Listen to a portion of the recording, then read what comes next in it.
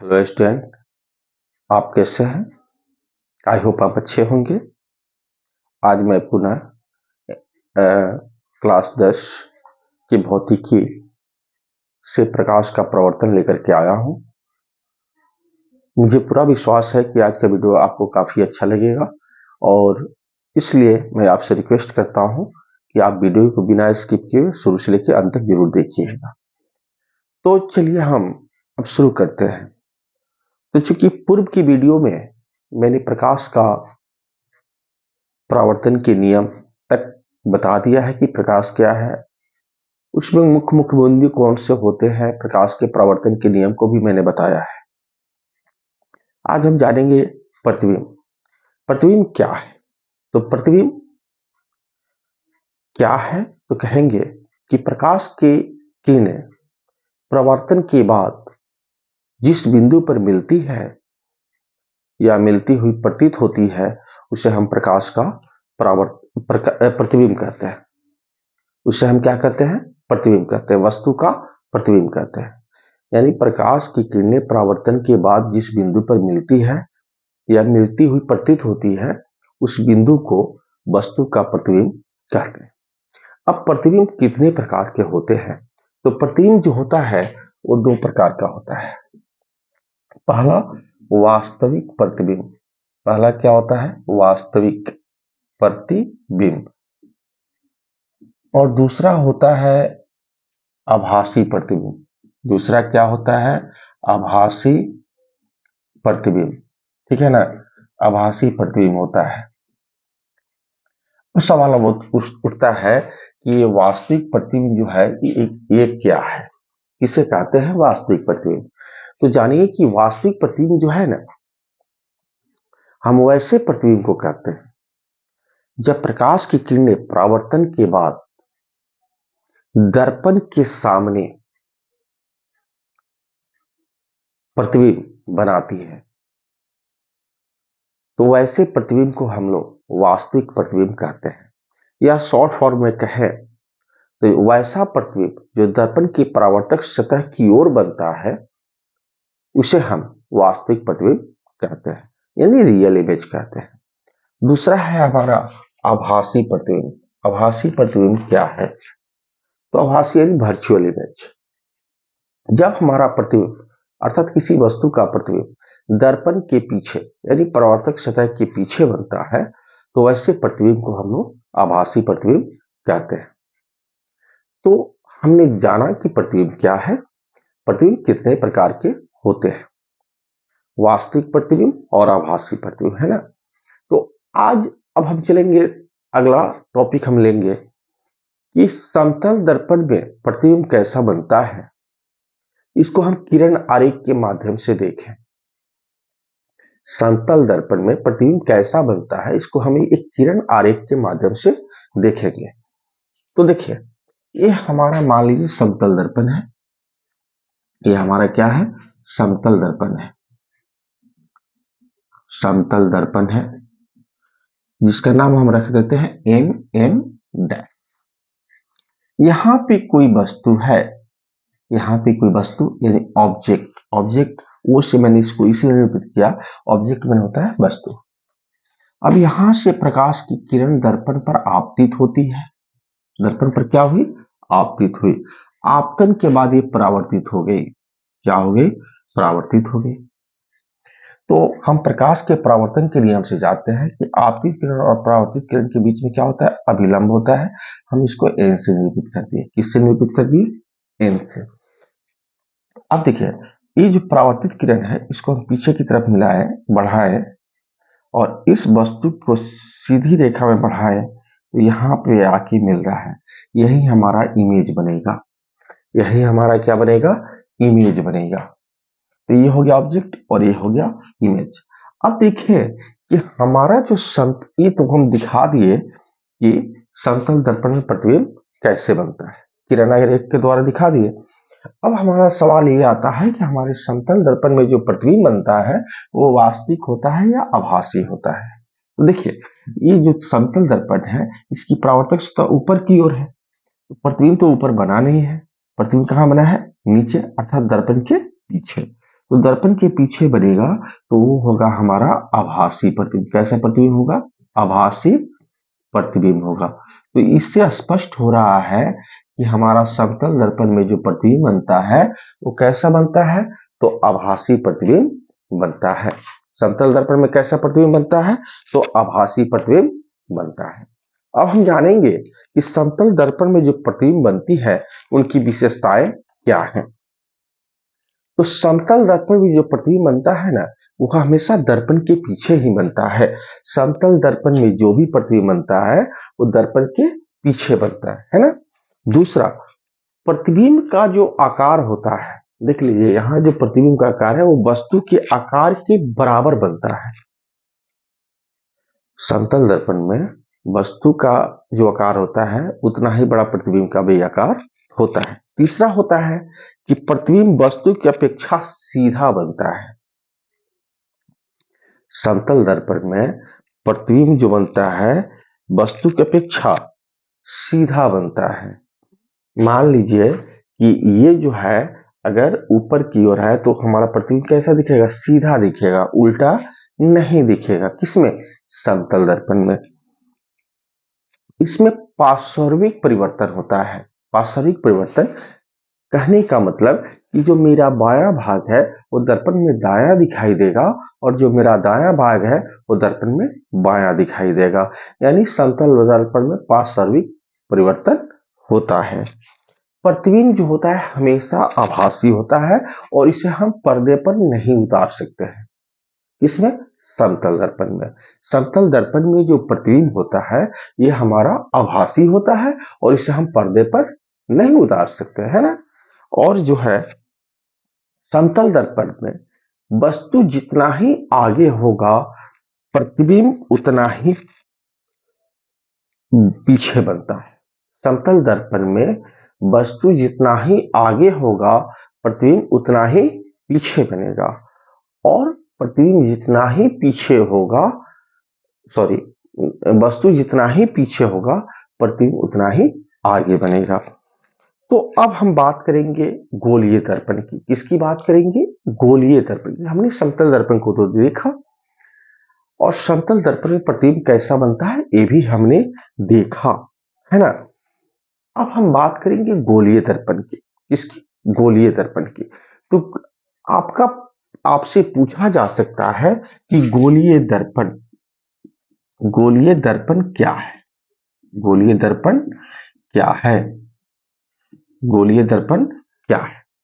तो कहिएगा कि गोलीय दर्पण हम वैसे दर्पण को कहते हैं, गोलीय दर्पण हम वैसे दर्पण को कहते हैं जिसकी परावर्तक सतह किसी खोखले गोले का एक भाग होता है। गोलीय दर्पण हम वैसे दर्पण को कहते हैं जिसकी परावर्तक सतह एक खोखले गोले का भाग होती है। इसे हम क्या कहेंगे? गोलीय दर्पण कहेंगे। अब बात आती है कि गोलीय दर्पण कितने प्रकार के होते हैं, है ना। गोलीय दर्पण जो होते हैं कितने प्रकार के होते हैं? तो गोलीय दर्पण दो प्रकार के होते हैं। गोलीय दर्पण दो प्रकार के होते हैं। एक होता है उत्तल दर्पण और दूसरा होता है अवतल दर्पण। एक होता है उत्तल दर्पण। गोलीय दर्पण हमारे दो प्रकार के होते हैं। पहला होता है उत्तल दर्पण। उत्तल दर्पण जिसको हम लोग अंग्रेजी में बोलते हैं कॉन्वेक्स मिरर। Convex mirror. और दूसरा होता है अवतल दर्पण। अवतल दर्पण दूसरा क्या होता है? अवतल दर्पण जिसको हम लोग अंग्रेजी में बोलते हैं कॉनकेव मिरर। कॉनकेव मिरर क्या बोलते हैं? Concave mirror. अब हमसे पूछा जा सकता है कि उत्तल दर्पण किसे कहते हैं? हमसे पूछा जा सकता है कि उत्तल दर्पण किसे कहते हैं? तो हम कहेंगे कि उत्तल दर्पण उस दर्पण को कहते हैं जिसकी परावर्तक सतह उभरी हुई होती है। उत्तल दर्पण उस दर्पण को कहते हैं जिसकी परावर्तक सतह क्या होती है? उभरी हुई होती है। देखिए ये जो दर्पण आप देख रहे हैं तो दर्पण में एक परावर्तक सतह होती है और दूसरी तरफ रंगा हुआ होता है। देखिए ये इधर का भाग क्या है? इसका रंगा हुआ है। तो रंगा हुआ है यानी पीछे रंगा हुआ है तो इधर से तो परावर्तन होगा नहीं, तो ये परावर्तक सतह नहीं है। इधर वाली भाग जो है इसकी क्या है? परावर्तक सतह है। तो देखिए बाहर की तरफ उभरी हुई है, अतः ये हमारा कौन सा दर्पण है?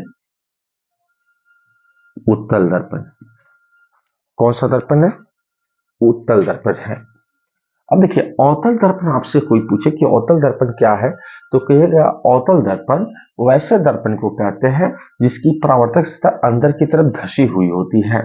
अवतल दर्पण वैसे दर्पण को कहते हैं जिसकी परावर्तक सतह अंदर की ओर धसी होती है, अर्थात इसका उभरा हुआ भाग रंगा हुआ रहेगा और अंदर का भाग जो परावर्तक सतह है वो धसा रहेगा। तो हम बाहर की तरफ क्या कर देंगे? रंग देंगे, और इसकी जो परावर्तक सतह है अंदर की तरफ धंसी हुई है। तो ये हमारा कौन सा दर्पण है? अवतल दर्पण है। क्या है? अवतल दर्पण है। कौन सा दर्पण है? अवतल दर्पण है। अब हम बात करेंगे कि अवतल दर्पण में कुछ मेन बातों का हम स्टडी करेंगे, कुछ मेन बातों का अध्ययन करेंगे।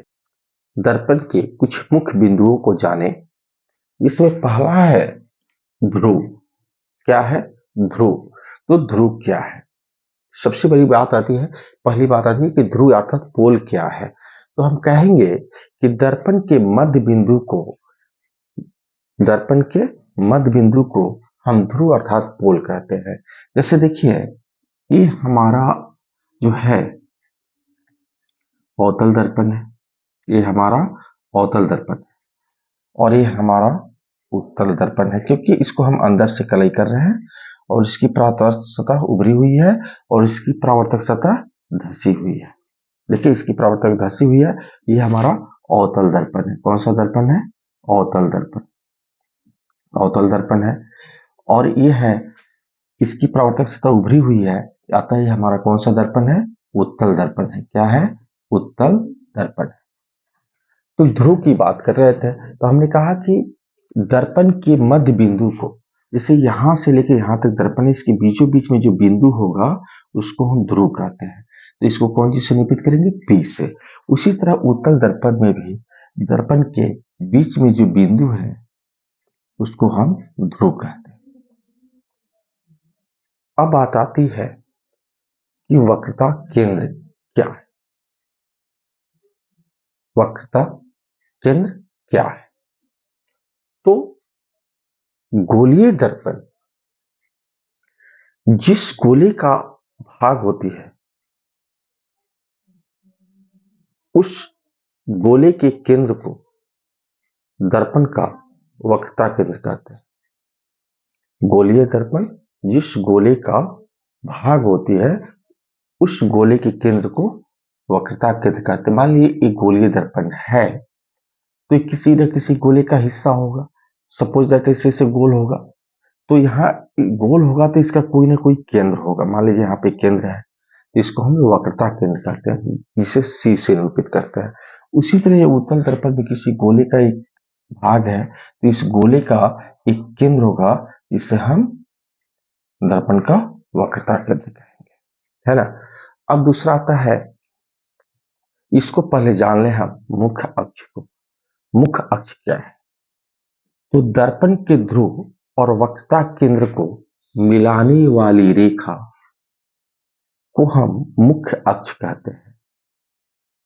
क्या कहते हैं? मुख्य अक्ष कहते हैं। दर्पण के ध्रुव और वक्रता केंद्र को मिलाने वाली रेखा को हम मुख्य अक्ष या प्रधान अक्ष कहते हैं। मुख्य अक्ष या प्रधान अक्ष कहते हैं। अब बात आती है वक्रता त्रिज्या की। तो वक्रता केंद्र और ध्रुव के बीच की दूरी को वक्रता त्रिज्या कहते हैं। वक्रता केंद्र और ध्रुव के बीच की जो दूरी होगी उसे हम वक्रता त्रिज्या कहते हैं और उसको R से निरूपित करते हैं। ध्रुव और वक्रता केंद्र के बीच की जो दूरी होती है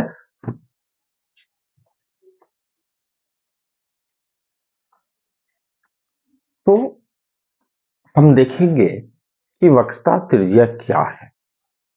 तो दर्पण के ध्रुव और केंद्र के बीच की दूरी को वक्रता त्रिज्या कहते हैं। उसी तरह उत्तल दर्पण में देखें तो ध्रुव और केंद्र के बीच की दूरी को वक्रता त्रिज्या कहेंगे और इसे हम r से निरूपित करते हैं। चौथा है फोकस, पांचवा है फोकस। फोकस क्या है? तो मुख दर्पण के, ये जो हमारा मुख अक्ष है, इसके समानांतर आती किरण, देखिए इसके समानांतर एक किरण आ रही है और परावर्तन के बाद मुख अक्ष के जिस बिंदु पर मिलती है, जैसे यहाँ पे मिली, तो मुख अक्ष के जिस बिंदु पर मिलती है उसको हम फोकस कहते हैं। उसी तरह अगर हम उत्तल दर्पण की बात करें तो उत्तल दर्पण में मुख अक्ष के समानांतर एक किरण आ रही है, इधर से नहीं आएगी, इधर से आएगी। कहां से आएगी? इधर से आएगी, क्योंकि इसकी परावर्तक सतह इधर है, तो इधर से मुख्य अक्ष के समानांतर आई किरण, तो यहां से क्या हो जाएगी? परावर्तित हो जाएगी। परावर्तित होगी तो पीछे मिलाएंगे तो मुख्य अक्ष पे यहां आके मिल रही है, तो ये हमारा क्या हो जाएगा? फोकस हो जाएगा, है ना।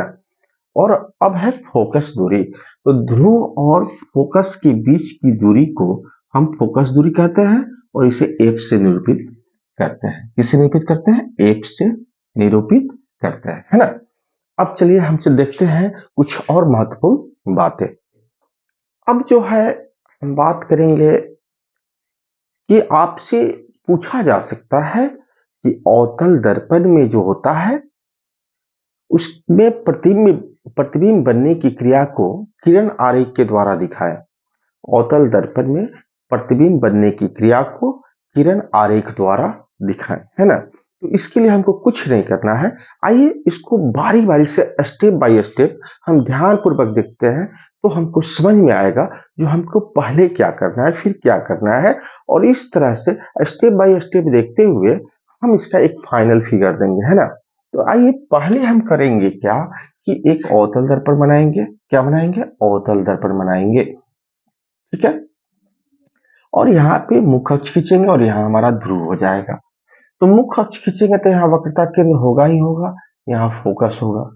अब मान लीजिए हमारी वस्तु यहाँ पे है, कहाँ है? यहाँ पे। तो हम वस्तु को सीधा रखते हैं, इसको हम ए बी मान लिए। वस्तु को क्या रखते हैं? सीधा रखते हैं। पहला चरण कंप्लीट हो गया। दूसरा चरण में हम क्या करेंगे कि ये मान लीजिए हमारा अवतल दर्पण है, अवतल दर्पण है, और फिर हमारा ये ध्रुव है, और ये हमारा फोकस है, और ये हमारा वक्रता केंद्र है। यहाँ पे तो वस्तु हम रखे ही है ए बी। अब हम दूसरा स्टेप में ये करेंगे कि वस्तु के शीर्ष से मुख्य अक्ष के समानांतर एक किरण खींचेंगे जो परावर्तन के बाद मुख्य फोकस से गुजरेगा। दूसरा स्टेप हो गया। तीसरा स्टेप हम ये करेंगे कि एक अवतल दर्पण लेंगे, अवतल दर्पण लेंगे, और यहाँ पे हमारा ध्रुव हो गया, यहाँ पे एफ हो गया, यहाँ पे सी हो गया, और यहाँ पे ए बी हो गया। क्या हो गया? ए बी हो गया। अब हम करें क्या कि यहां से जो है दर्पण के मुख्य अक्ष से समानांतर तो किरण खींचे ही है, देख रहे हैं यहाँ पे खींचे हैं। अब हम तीसरा चरण करेंगे कि वक्रता केंद्र से होते हुए, वक्रता केंद्र से होते हुए दर्पण पर एक किरण खींचेंगे जो जिस पथ पर जाएगी उसी पथ पर वापस लौट आएगी। चौथा स्टेप होता है इसका, चौथा चरण जो होता है, एक किरण हम ऐसे मान लीजिए हमारा अवतल दर्पण है, तो यहाँ पे ध्रुव है, यहाँ पे फोकस है, यहाँ पे वक्रता केंद्र है, यहाँ पे वस्तु है, इसका नाम है ए बी। अब यहां से हम यहाँ किरण आई और ध्रुव से फिर वापस लौट जाएगी। ये चार स्टेप में हमारा अवतल दर्पण में प्रतिबिंब बनने की क्रिया को हम दिखा सकते हैं।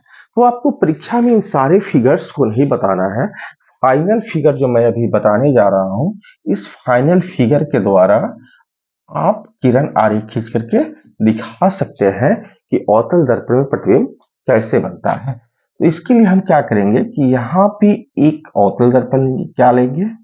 अवतल दर्पण लेंगे, और ये हमारा हो गया मुख्य अक्ष, यहाँ हो जाएगा P, और यहाँ हमारा होगा फोकस, और यहाँ होगा वक्रता केंद्र। अब हमारी हो गई यहाँ पे वस्तु। क्या हो गई?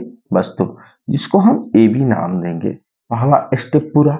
दूसरा स्टेप क्या करना है कि मुख्य अक्ष के समानांतर एक किरण खींचा जो फोकस से गुजरा, ये हमारा सेकेंड स्टेप हो गया। तीसरा स्टेप है कि वक्रता केंद्र से होते हुए दर्पण पर एक किरण भेजेंगे जो जिस पथ पर जाएगी उसी पथ पर वापस लौट आएगी। और चौथा स्टेप है कि ध्रुव पर यहां भेजेंगे और ये वापस से इसे आ जाएगी। तीनों किरणें यहाँ पे कट रही है और यहीं पे हमारा क्या बनेगा, प्रतिबिंब बनेगा। तो इस तरह से हम अवतल दर्पण में प्रतिबिंब बनने की क्रिया को दिखा सकते हैं। तो आज का वीडियो आपको कैसा लगा, प्लीज लाइक एंड कमेंट करके बताइएगा। अगर कुछ कमियां हो, कुछ त्रुटि हो, तो प्लीज कमेंट करके हमें अवश्य बताइएगा, ताकि हम उसको सुधारने का प्रयास करेंगे। और चूंकि आपके कमेंट से हमें ये महसूस होता है कि आपको वीडियो हमारा अच्छा लग रहा है या नहीं लग रहा है, तो प्लीज कमेंट करना नहीं भूलिएगा। और चैनल पे नए हैं तो चैनल को प्लीज लाइक एंड सब्सक्राइब अवश्य कीजिएगा। थैंक यू, धन्यवाद।